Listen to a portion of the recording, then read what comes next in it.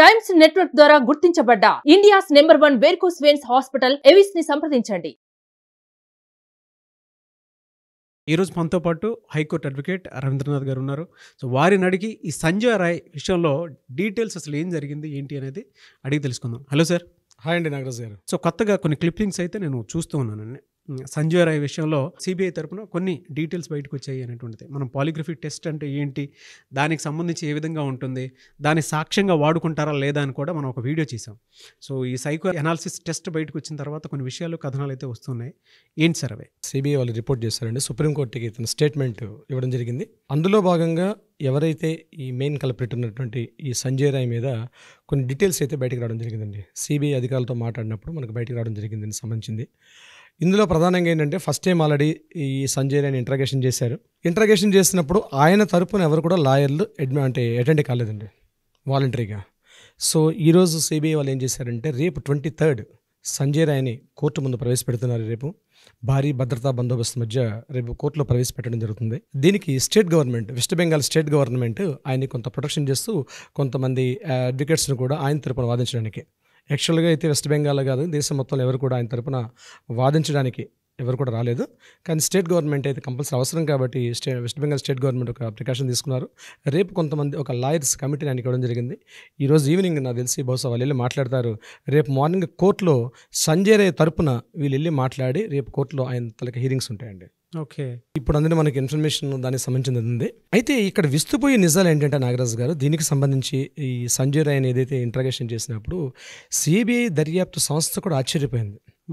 వాళ్ళు ఎన్నో ఇట్లాంటి ఇష్యూస్ చూసి ఉండొచ్చు, కానీ ఫస్ట్ టైం ఏంటంటే ఆయన టెస్టులు చేసిన ఇవన్నీ చేశారు. ఈ నార్కోటిక్స్ టెస్టులు, మన ఈ పాలిగ్రాఫ్ టెస్టులు చేసినప్పుడు కూడా ఆయనలో ఎటువంటి పశ్చాత్తాపం లేకుండా, ఇటువంటి అది తప్పు చేశానన్న ఒక భావం లేకుండా, అపరాధ భావన అంటారు దాన్ని, అటువంటిది ఏమీ లేకుండా ఆయన అడుగుతున్న క్వశ్చన్స్కి ఆయన చెప్తుంటే వీళ్ళందరూ కూడా విస్తుపోయారు అనమాట. అవన్నీ రికార్డ్ చేశారు. అంటే కొన్ని వాయిస్ కర్కశంగా ఉన్నాడా, అంత కర్కశంగా ఉన్నాడండి మనిషి అసలు. దానికి సిబిఐ అధికారులు ఆశ్చర్య బయటకు చెప్తున్నారు. ఈరోజు ఆ ఫైల్ సబ్మిట్ చేశారు. అందులో కొన్ని ముఖ్యాంశాలు మనం మాట్లాడుకుందాం దానికి సంబంధించి. ఈ క్యాండిడేట్ ఎలా బిహేవ్ చేశారంటే ఆగస్ట్ 5th అనుకుంటాను, అతను ఖరగ్పూర్లో 7th బెటాలియన్లో ఉన్నటువంటి అక్కడ ఆయన అటెండ్ అయ్యాడు. ఒక పోలీస్ డిపార్ట్మెంట్ సంబంధించినటువంటి ఈ వర్క్షాప్ సంబంధించి అటెండ్ అయ్యాడు. అగైన్ అక్కడ నుంచి 8th మార్నింగ్ రావడం జరిగింది. 8th ఈవినింగ్ వరకు తిరిగాడు. సో అవన్నీ దట్ ఇస్ అ పర్సనల్ వాడు ఎక్కడ తిరిగాడు ఉంది.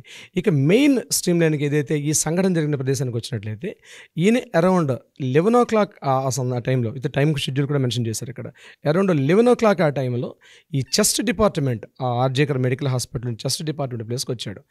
ఎప్పుడైతే ఈయన అక్కడ ఉన్నాడో అదే టైంలో కూడా ఈ విక్టిమ్ బాధితురాలు, ఈయనతో పాటు 4 జూనియర్ డాక్టర్లు వీళ్ళందరూ కూడా కలిసి ఆ ప్లేస్కి వచ్చారు. అక్కడ ఫస్ట్ టైం 11 o'clockకి సీసీ ఫుటేజ్ ప్రకారం చెప్పాడంటే 11 o'clockకి వీళ్ళు ఫేస్ టు ఫేస్ అయ్యారు. అక్కడ ఫస్ట్ టైం ఆయన చూసింది అక్కడ ఈ ప్లేస్లో. అగైన్ 11 o'clockకి చెస్ట్ డిపార్ట్మెంట్ నుంచి మళ్ళీ వెనక్కి వచ్చేసాడు. వెనక్కి వచ్చేసి తన ఫ్రెండ్తో కలిసి కాలేజ్ బ్యాక్ సైడ్ ఉన్నటువంటి ఒక ఓపెన్ ప్లేస్, అంటే ఒక నిర్మానుష్య ప్రదేశం, అక్కడ ఫ్రెండ్తో కలిసి తన లిక్కర్ తీసుకున్నాడు. అక్కడ లిక్కర్ తీసుకున్నాడు. అగైన్ ఈ టైంలో ఏం జరిగిందంటే 11 o'clockకి తన ఫ్రెండ్స్తో కలిసి అక్కడ కూర్చున్నటువంటి చెస్ట్ డిపార్ట్మెంట్ బయట వెయిట్ ఉన్నటువంటి అమ్మాయి అక్కడ వాళ్ళ ఫ్రెండ్స్తో కలిసి చాలాసేపు డిస్కషన్ చేస్తున్నారు. అరౌండ్ midnight 12:30 ఆ టైంలో వీళ్ళు అక్కడ నుంచి డిన్నర్కి వెళ్ళారు ఫ్రెండ్స్ అందరూ కలిసి. డిన్నర్ చేసిన తర్వాత అందులో 3 డాక్టర్స్ మళ్ళీ వెనక్కి వచ్చేసారు. ఒక డాక్టర్, ఒక లేడీ డాక్టర్ ఆయనతో పాటు, అమ్మాయి విక్టిమ్తో పాటు ఉంది. వీళ్ళందరూ కలిసి అరౌండ్ midnight 1:30 ఆ టైంలో అక్కడ వాళ్ళు పడుకున్నారు. నిద్రపోయింది అమ్మాయి విక్టిమ్. ఇక్కడ సంజయ్ రాయ్ ఏం చేశాడంటే ఈ అమ్మాయిని ఎప్పుడైతే 11 o'clock చూశాడంటే ఆల్రెడీ అప్పటికే స్టార్ట్ చేశాడు, ఈ అమ్మాయి ఒంటరిగా ఉంది డిపార్ట్మెంట్ అంటే. ఇంకా బిహైండ్ స్టోరీ ఏంటంటే మనకి రేపు ఆర్గ్యుమెంట్స్ అయిన తర్వాత వస్తున్న విషయానికి. సో ఇన్ బిట్వీన్ ఆయన అక్కడ లిక్కర్ సేవించి మళ్ళీ అరౌండ్ midnight అయిపోయింది 2:30 ఆ టైంలో మొత్తం హాస్పిటల్ ప్రాంగణం అంతా కూడా తిరుగుతూ ఎమర్జెన్సీ వార్డులోకి వచ్చాడు ఆయన. ఎమర్జెన్సీ వార్డులో అంటే బయట గ్లాస్ డోర్స్ని కొద్దిగా బ్రేక్ చేశాడు, గట్టిగా గుద్దినట్టుగా కనిపిస్తుంది. సమ్ బ్రేక్స్ కూడా ఉన్నాయి ఎమర్జెన్సీ డోర్ దగ్గర. అయిపోయిన తర్వాత మళ్ళీ ఒక స్టిక్ పట్టుకుంటూ బయటకి ఆయన రోమింగ్ చేసుకున్నాడు. అతను ఉన్నటువంటి అవుట్ పోస్ట్ దగ్గర ప్రదేశం తిరిగి మళ్ళీ చెస్ట్ డిపార్ట్మెంట్ దగ్గరికి అరౌండ్ 1:30 to 2 o'clock ఆ టైంలో మళ్ళీ చెస్ట్ డిపార్ట్మెంట్ ఆ సెక్షన్ దగ్గర ఆయన కనిపించాడు. అక్కడ నుంచి మళ్ళీ వెనక్కి వచ్చి 2:30 ఆ ప్రాంతంలో తను వెళ్ళి కాసేపు నిద్రపోయాడు ఎక్కడైతే అవుట్ పోస్ట్ ఉన్న ప్రదేశంలో. మార్నింగ్ ఎర్లీ అవర్స్ 4:30 చెప్పండి, ఇంకా చెప్పండి 4:10 ఆ టైంలో విక్టిమ్ ఎక్కడైతే నిద్రపోతుందో ఆ ప్రదేశానికి వెళ్ళాడు ఈ సంజయ్ రాయ్. ఇది అప్డేట్ ఇన్ఫర్మేషను మనకి సిబిఐలో వచ్చింది. ఆ తర్వాత జరిగినట్టు ఘోరం గురించి మనం పెద్దగా చెప్పుకోవాల్సిన అవసరం లేదు, దాని గురించి మనం లైవ్. సో సంఘటన అలా జరిగింది. సో ఈ సంజయ్ రాయ్ యొక్క నేర ప్రవృత్తి ఎలా ఉంటుంది అన్నది డిస్కషన్స్కి వెళ్ళేటప్పుడు ఆశ్చర్యపోయే సంఘటనలు ఒకటి వెలుగులోకి వచ్చాయి. అంటే ఆయన యొక్క క్యారెక్టరైజేషన్ నేను చెప్తున్నాను. ఇతని సెక్స్ పర్వర్ట్ అన్న ఒక వర్డ్ని వాడారండి వాళ్ళు, సిబిఐ వాళ్ళది. ఓకే. సెక్స్ పర్వర్ట్ అంటే అధికంగా ఉమనైజర్ అనమాట. ఎక్కువగా సెక్స్ వాంఛలు కలిగిన వ్యక్తికి పర్వర్ట్ అనే పదాన్ని వాడతారు. నెంబర్ 2, అధికంగా లిక్కర్ని సేవించే వ్యక్తిని కూడా ఆయన పర్సనల్ దీంట్లో అయితే లిక్కరు అమ్మాయి లేనిదే ఆయన దాన్ని ఏమంటారంటే ఫుడ్ కూడా తింటాడు. ఫుడ్ కన్నా ముందు ప్రయారిటీస్ ఆయనకి ఇదే ఇంపార్టెంట్ ఆయనకి అక్కడ. ఇది చెప్పడం జరిగింది. స్టేట్ గవర్నమెంట్ ఏదైతే police department, local police, Calcutta police department వాళ్ళు అక్కడ సంఘటన స్థలాన్ని దర్శించి అక్కడ ఎవిడెన్సెస్ తీసుకున్నారు. అట్ ద సేమ్ టైం అయితే వాళ్ళే కదా అరెస్ట్ చేసింది ఫస్ట్లో. ఈ అరెస్ట్ చేసిన తర్వాత అది తెలిసిందంటే ఆయన యొక్క చేతి గోళ్ళలో ఈ విక్టిమ్ యొక్క శరీరంలో ఉన్నటువంటి పైన స్కిన్ పార్ట్స్, కొన్ని హెయిర్ చిన్న hairs, at the same time blood parts ఇవన్నీ కూడా ఉన్నట్టుగా అవన్నీ సేకరించి స్టేట్ గవర్నమెంట్ పోలీసులు అంటే లోకల్ పోలీసులు వీళ్ళు కూడా ఎవిడెన్సెస్ ఆయనకి ఇవ్వడం జరిగింది. ప్రత్యేకంగా ఈ టెస్ట్ విషయానికి వస్తే ఆయన చేసినటువంటి అసలు హృదయ విదారకం అండి.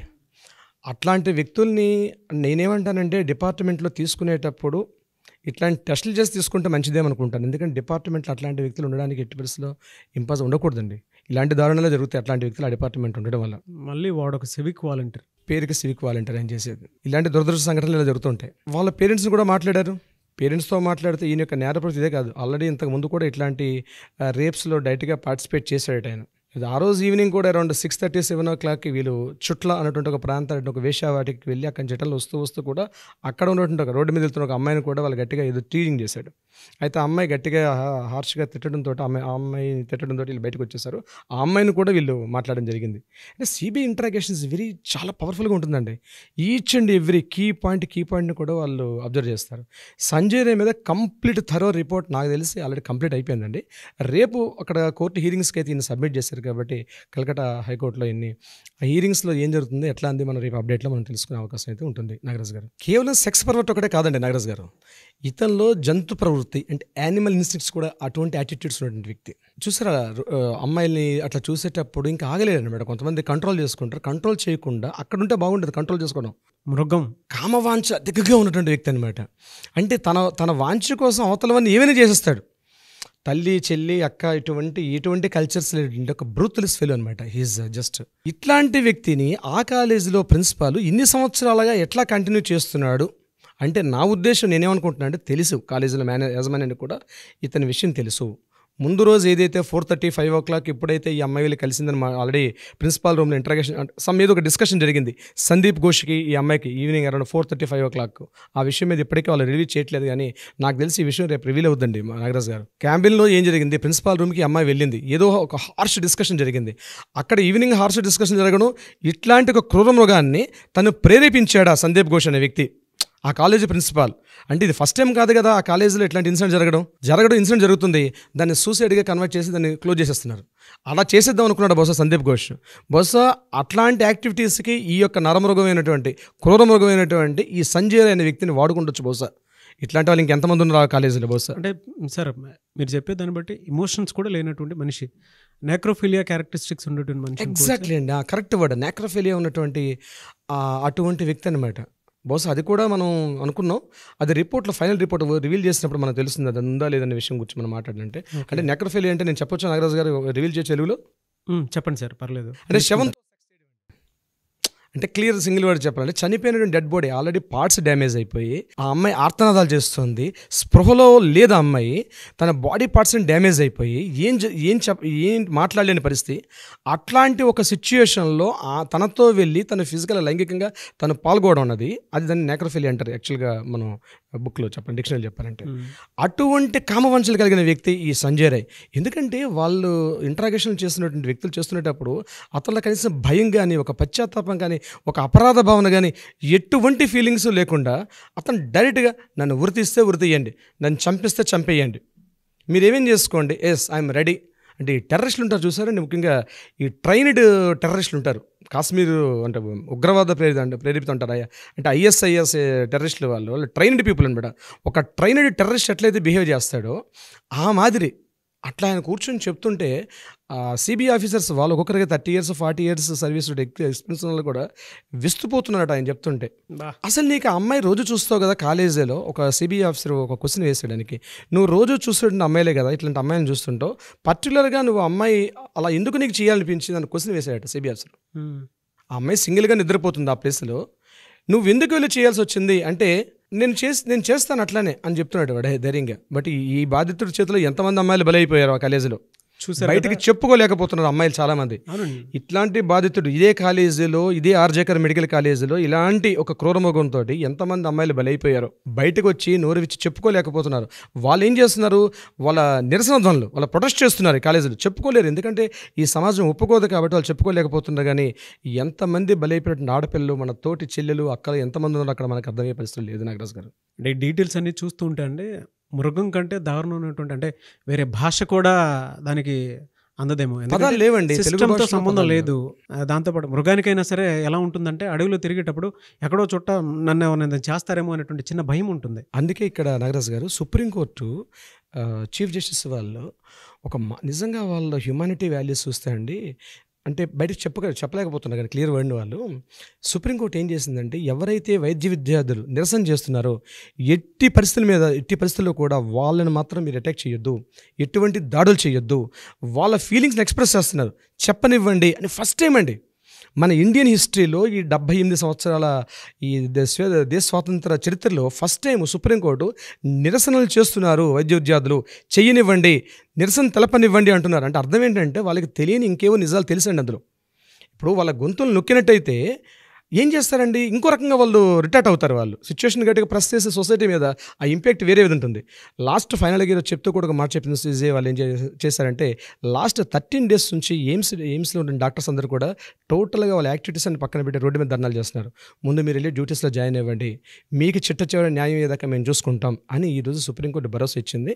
సో దీని మీద వీళ్ళు ఏం చేస్తారన్నది మనకి ఈవినింగ్ వరకు రిపోర్ట్ వస్తుంది, మనం అప్డేట్లోకి వెళ్తాం. నాగరాజు గారు, యానిమల్ని మించినటువంటి బిహేవియర్ కనిపిస్తుంది అని చెప్పేసి ఎప్పుడైతే కోర్టు మాట్లాడటం జరిగిందో వాటి మీద మేము స్పందించడం జరిగింది. ఎందుకంటే ప్రతి ఒక్కరికి ఆ ఎమోషన్స్ ఎలా ఉన్నాయంటే అంత దారుణంగా ఉండేటువంటి మనుషులు కూడా ఉంటారా అని ఆశ్చర్యం కలిగించేలా ఉన్నాడు అనమాట అతను. కోర్టులో జరిగినటువంటి కొన్ని విషయాలే మేము మీతో డిస్కస్ చేసేది, ఇంకొన్ని బయటికి రానటువంటి విషయాలు కూడా కొన్ని ఉండుండొచ్చు. ఎందుకు అని అంటే ఎమోషన్స్ ఇంకా హై లెవెల్లో పెరుగుతూ ఉంటాయి మనకి. అలాంటి దారుణమైనటువంటి ఇన్సిడెంట్ ఇది. త్వరగా ఇన్సిడెంట్కి సంబంధించినటువంటి జస్టిస్ రావాలని మాత్రం కోరుకుందాము. ఈ అప్డేట్ ఏ విధంగా అనంటే మీరు ఇచ్చేటువంటిది సొసైటీలో ఇంకొకటి ఈ విధంగా జరగకూడదు. అట్ ద సేమ్ టైం ఇలాంటి మనుషులు మాత్రం మన కంటి ముందు కనిపించకుండా ఉండేలాగా జస్టిస్ జరగాలి అనేటువంటిదే ప్రధాన లక్ష్యంగా పెట్టుకుని ముందుకు వెళ్దాము. సో మీరు మాతో పాటు కామెంట్స్ రూపంలోనూ లేదంటే ఏ రూపంలో చూసుకున్నా కూడా మాకు డేటాను మాత్రం డెఫినెట్గా ఏది మంచి అనేది కూడా సజెస్ట్ చేస్తూ ఉండండి. ఎనీవేస్ థ్యాంక్ యూ అండి, thank you so much Ravindranath garu. Thank you so much Nagaraj గారు.